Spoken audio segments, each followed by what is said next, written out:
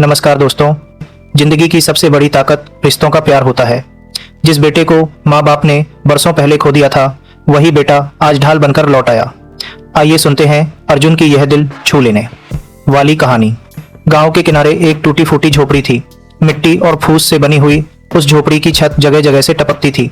बरसात में पानी रिसकर भीतर आ जाता और गर्मियों में छप्पर की दरारों से धूप भीतर घुस जाती। उस झोपड़ी में राजू और उसकी पत्नी शीला रहते थे। राजू अब बूढ़ा हो चला था। उसके चेहरे पर गहरी झुर्रियां थीं और आंखों में टूटी हुई उम्मीदें। वह अक्सर खामोश बैठा रहता। उसकी खामोशी में दर्द साफ झलकता था। गांव वाले आपस में कहते, बेचारे का सब कुछ समय ने छीन लिया। पहले बेटा खो गया, अब 2 वक्त की रोटी के लिए तरसते हैं। दरअसल राजू और शीला का बेटा अर्जुन बरसों पहले कुंभ मेले में खो गया था।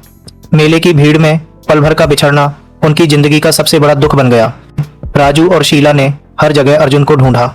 शहर की गलियों में, मंदिरों में, हर मेले और मेहराब में उन्होंने बेटे का नाम पुकारा, पर कहीं से कोई जवाब नहीं मिला। धीरे धीरे लोग कहने लगे, अर्जुन शायद अब इस दुनिया में नहीं है। लेकिन एक माँ का दिल कभी हार नहीं मानता। शीला हर दिन ईश्वर से दुआ करती, हे भगवान, मेरे बेटे को मुझे लौटा दो, चाहे कैसे भी हो, चाहे जहां भी हो, बस मेरी गोद में आ जाए। जीवन अब और कठिन हो गया था। पेट पालने के लिए राजू कभी खेतों में मजदूरी करता तो कभी ईंट भट्ठे पर काम करता। सुबह से शाम तक पसीना बहाता, लेकिन हाथ में उतनी ही मजदूरी आती जिससे मुश्किल से चूल्हा जल पाता। शीला भी चुपचाप घर पर नहीं बैठती। वह गांव वालों के घर जाकर बर्तन मांजती, झाड़ू पोंछा करती। कभी काम मिल जाता, कभी नहीं। इतनी मेहनत के बाद भी उनकी हालत यह थी कि अगर घर में चावल होते तो दाल नहीं होती, अगर दाल होती तो नमक नहीं मिलता। कई कई दिन पेट भर भोजन नसीब नहीं होता। झोपड़ी की हालत भी दिन ब दिन बिगड़ रही थी। जगह जगह से फूस उखड़ रही थी। ऊपर से महाजन का कर्ज सिर पर था। महाजन रोज दरवाजे पर आकर ताना मारता, राजू कब तक भागेगा, कर्जा चुकाओ वरना झोपड़ी बेच दूंगा। यह सुनकर शीला की आंखों से आंसू निकल आते। वह हाथ जोड़कर कहती, यह झोपड़ी मेरी आखिरी उम्मीद है। इसमें मेरे बेटे की यादें हैं। इसी में उसने जन्म लिया था।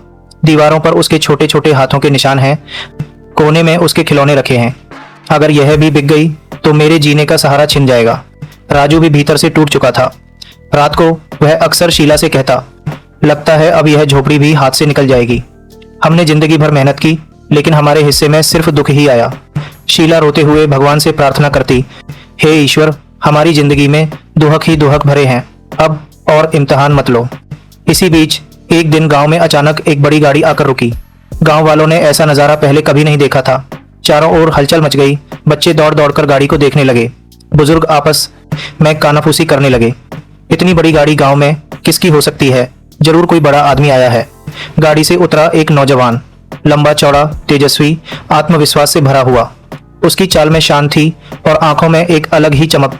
महाजन तुरंत दौड़कर उसके पास पहुंचा और बोला, साहब, गांव में एक गरीब बूढ़े की झोपड़ी है। जमीन खास नहीं है, पर अच्छे दाम में बिक सकती है। नौजवान कुछ नहीं बोला। वह सीधा राजू की झोपड़ी की ओर बढ़ा। झोपड़ी के अंदर राजू बैठा था और शीला आंसू पोंछ रही थी। नौजवान ने झुककर नमस्ते किया और बोला, नमस्ते माँ, नमस्ते पिताजी, मैं आपका बेटा बनकर आया हूँ। राजू और शीला हैरान होकर उठ खड़े हुए। तुम कौन हो? हमारा बेटा कहने का हक तुम्हें किसने दिया? नौजवान मुस्कुराया, अपनी उंगलियों पर बने पुराने निशान दिखाए और जेब से एक खिलौना निकाला। शीला की चीख निकल गई। ये तो वही खिलौना है जो अर्जुन के पास था, और ये तो वही निशान है। राजू के होंठ कांपने लगे। उसकी आंखों से आंसू बहने लगे। अर्जुन, तू ही है ना हमारा बेटा? नौजवान उनके पैरों पर गिर पड़ा और रोते रोते बोला, हाँ माँ, मैं ही अर्जुन हूँ। अर्जुन ने रोते हुए अपनी कहानी सुनाई। माँ, जब मैं मेले में खो गया था, मुझे एक अनाथालय में ले जाया गया। वहाँ मुझे पढ़ाई का मौका मिला। मैंने पूरी मेहनत से पढ़ाई की। बाद में मुझे एक छोटी सी कंपनी में नौकरी मिली। मैंने हर तकलीफ सहकर आगे बढ़ने की ठानी। मेहनत और लगन से काम करता गया और फिर मैंने अपनी खुद की कंपनी शुरू की। आज मेरी कंपनी करोड़ों की है। लेकिन माँ, मैं कभी आपको भूल नहीं पाया। आपकी याद में कई बार रात को नींद टूट जाती थी। दिल करता था कि दौड़कर आपके पास आ जाऊं, पर किस्मत को शायद यही मंजूर था कि मैं इतनी देर से आपसे मिलूं। शीला बेटे को गले लगाकर फूट फूट कर रोने लगी। बेटा, हमें तेरी दौलत से कोई मतलब नहीं। तू लौट आया, यही हमारे लिए सबसे बड़ी दौलत है। राजू भी रोते हुए बोला, आज मेरी आंखों में फिर से रोशनी आ गई। मैं समझ गया कि भगवान के घर देर है, अंधेर नहीं। इतने में महाजन अंदर आ धमका और बोला, राजू, अब यह झोपड़ी मुझे बेचनी ही पड़ेगी। अर्जुन बाहर आया और गरज कर बोला, यह झोपड़ी मेरे माँ बाप की है, इसे कोई नहीं खरीद सकता, जितनी कीमत चाहिए मैं दूंगा। उसने वहीं लाखों की गड्डियां महाजन के सामने रख दी और कहा, यह पैसे ले और हमेशा याद रख, इस झोपड़ी को अब कोई नहीं छीन सकता, तेरी 7 पुश्तें भी इसे खर्च नहीं कर पाएंगी। महाजन हक्का बक्का रह गया। गांव वाले तालियां बजाने लगे।